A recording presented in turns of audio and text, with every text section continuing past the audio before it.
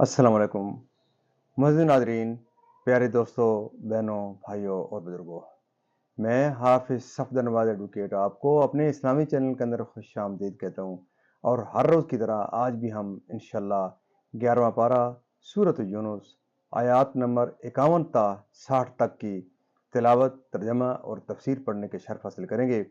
تلاوت شروع کرنے سے پہلے ہم درود شریف پڑھتے ہیں، آپ بھی میرے ساتھ پڑھیں۔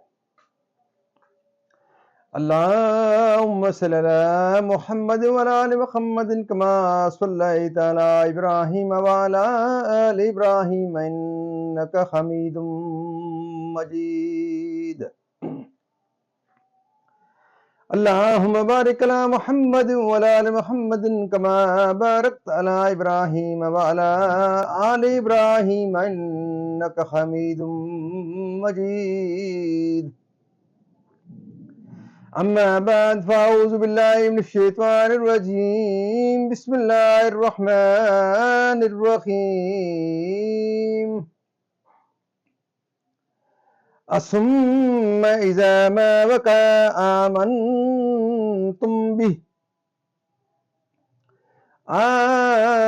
الآن وقد كنتم به تستعجلون ثم قيل للذين ظلموا ذوقوا عذاب الخلد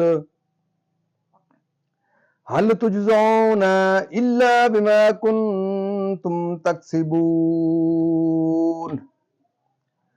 ويستنبئونك حق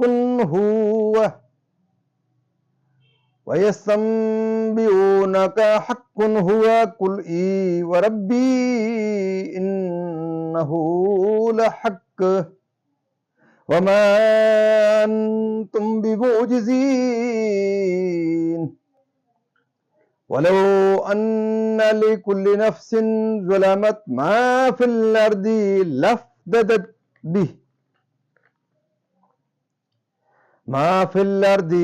لافتدت به وأسروا الندامة لما رأوا العذاب وقضي بينهم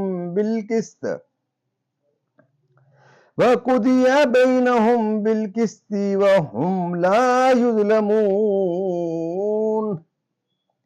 ألا إن لله ما في السماوات والأرض ألا إن وعد الله حق ولكن أكثرهم لا يعلمون.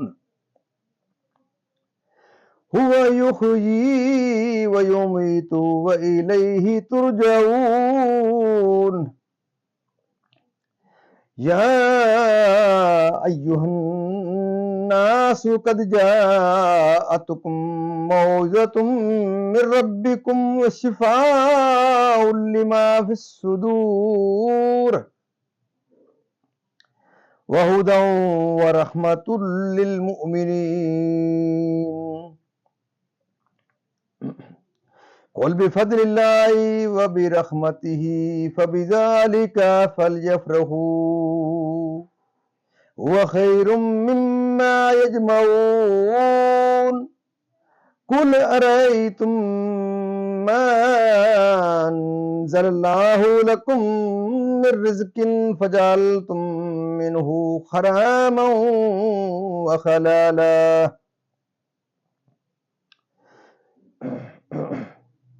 قل الله أذن لكم أم على الله تفترون وما ظن الذين يفترون على الله الكذب يوم القيامة إن الله لذو فضل على الناس ولكن أكثرهم لا يشكرون. صدق اللہ العظیم. ترجمہ.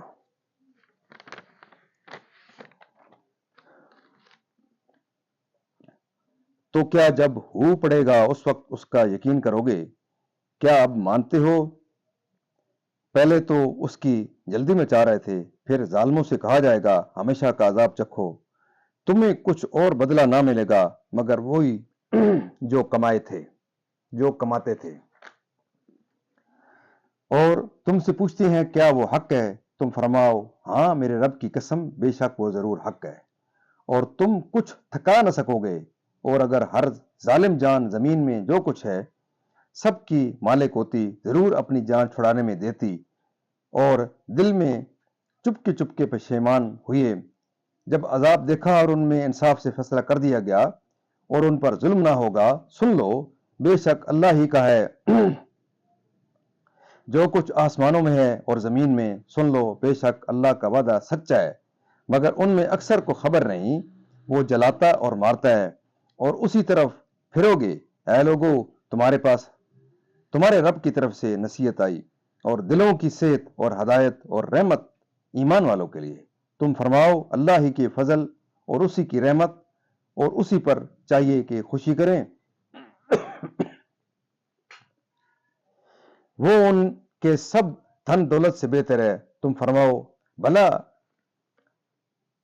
बतलाओ तो, वो जो अल्लाह ने तुम्हारे लिए रिज्क उतारा उसमें तुमने अपनी तरफ से हराम व हलाल ठहरा लिया।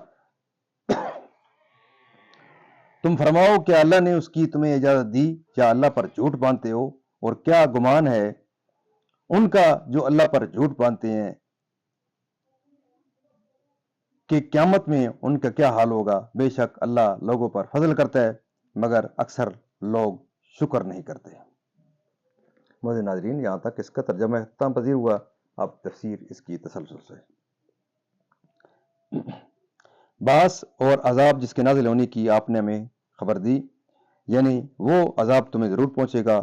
मालूमता खजाना दफीना और रोज़ क़यामत उसको अपनी रिहाई के लिए फिदिया कर डालती, मगर ये फिदिया कबूल नहीं। और तमाम दुनिया की दौलत खर्च करके भी अब रिहाई मुमकिन नहीं। जब क़यामत में ये मंजर पेश आया और कुफार की उम्मीदें टूटी, तो काफिर किसी चीज़ का मालिक ही नहीं है, बल्कि वो खुद भी अल्लाह का ममलूक है। उसका फिदिया देना मुमकिन ही नहीं। इस आयत में कुरान करीम के आने और उसके मौइज़त व शिफा व हदायत व रहमत होने का बयान है कि ये किताब उन फ़वाइद अजीमा की जामे है। मौइज़त के मानी ये हैं वो चीज़ जो इंसान को मरगूब की तरफ बुलाए और ख़तरे से बचाए। खलील ने कहा मौइज़त नेकी की नसीहत करता है, नेकी की नसीहत करना है जिससे दिल में नरमी पैदा हो। शिफा से मुराद ये है कि कुरान पाक कल्बी अमराज को दूर करता है। दिल के अमराज अखलाक ज़मीमा, अकायद फासदा और जहालत मुल्क का हैं। कुरान पाक उन तमाम अमराज को दूर करता है। कुरान करीम की सिफत में हदायत भी फरमाया है, क्योंकि वो गुमराही से बचाता और राह हक दिखाता है। और ईमान वालों के लिए रहमत इसलिए फरमाया है कि वही इससे फ़ायदा उठाते हैं। फरा किसी प्यारी और महबूब चीज़ के पाने से दिल को जो लज़्ज़त हासिल होती है उसको फरा कहते हैं। मानी यह है कि ईमान वालों को अल्लाह के फजल और रहमत पर खुश होना चाहिए कि उसने उन्हें मवाइज़ और शिफा सदूर और ईमान के साथ दिल की राहत और सुकून अता फरमाए। हज़रत इब्न अब्बास व हसन व कतादा ने कहा कि अल्लाह के फजल से इस्लाम और उसकी रहमत से कुरान पाक मुराद है। एक कौल यह है कि फजल अल्लाह से कुरान और रहमत से अहादीस मुराद है। जैसे कि अहले जाहिलियत ने बहरा साहिबा वगैरह को अपनी तरफ से हराम करार दे लिया था। मसला इस आयत से साबित हुआ कि किसी चीज़ को अपनी तरफ से हलाल या हराम करना ममनू और खुदा पर इफ्तरा है। अल्लाह की पनाह, आजकल बहुत लोग इसमें मुब्तला हैं। ममनुआत को हलाल कहते हैं और मुबाहात को हराम। बाज़ सूद को हलाल करने पर मुसर हैं, बाज़ तस्वीरों को, बाज़ खेल तमाशों को, बाज़ औरतों की बेकैदियों और बेपर्दगियों को, बाज़ भूख हड़ताल को जो खुदकुशी है मुबाह समझते हैं और हलाल ठहराते हैं। और बाज़ लोग हलाल चीज़ों को हराम ठहराने पर मुसर हैं, जैसे महफिल मिलाद को, फातिहा को, गियारवी को और दीगर तरीका है इसाले सवाब को, बाज़ मिलाद शरीफ व फातिहा व तोशा की शरीनी व तबर्रुक को, जो सब हलाल व तय्यब चीज़ें हैं, नाजायज़ व ममनू बताते हैं। इसी को कुरान पाक ने खुदा पर इफ्तरा करना बताया है कि रसूल भेजता है, किताबें नाजिल फरमाता है और हलाल व हराम से बाखबर फरमाता है। ए हबीब अकरम सल्लल्लाहु अलैहि वसल्लम, ए मुसलमानों। मोहतरम नाज़रीन, अल्लाह ताला के फजल करम से आज तक की यहाँ तिलावत, तर्जुमा और तफसीर इख्तिताम पजीर हुई। ہم اللہ تعالیٰ کے دربار کے اندر ہم اس کلام مقدس کے صدقے حضور پاک صلی اللہ علیہ وسلم کی ذات برکات کے صدقے دعا کرتے ہیں کہ اللہ تعالیٰ ہمیں قرآن پاک پڑھنے، قرآن پاک کو سمجھ کر اور اس کے احکامات کے مطابق حضور پاک صلی اللہ علیہ وسلم کی پاک شریعت کے مطابق اور اصحابہ کرام کے نقش قدم کے اوپر اللہ تعالیٰ ہمیں چلنے کی توفیق عطا فرمائے۔ اللہ تعالیٰ میرے اور آپ کے تمام کے صغیرہ و کبیرہ گناہوں کو معاف فرمائے، تمام پریشانیاں دور فرمائے، تمام بیماروں کو شفائے کاملہ عطا فرمائے اور اللہ تعالیٰ تمام مرمین کو جنت الفردوس میں اعلیٰ و بالا مقام عطا فرمائے۔ آمین ثم آمین۔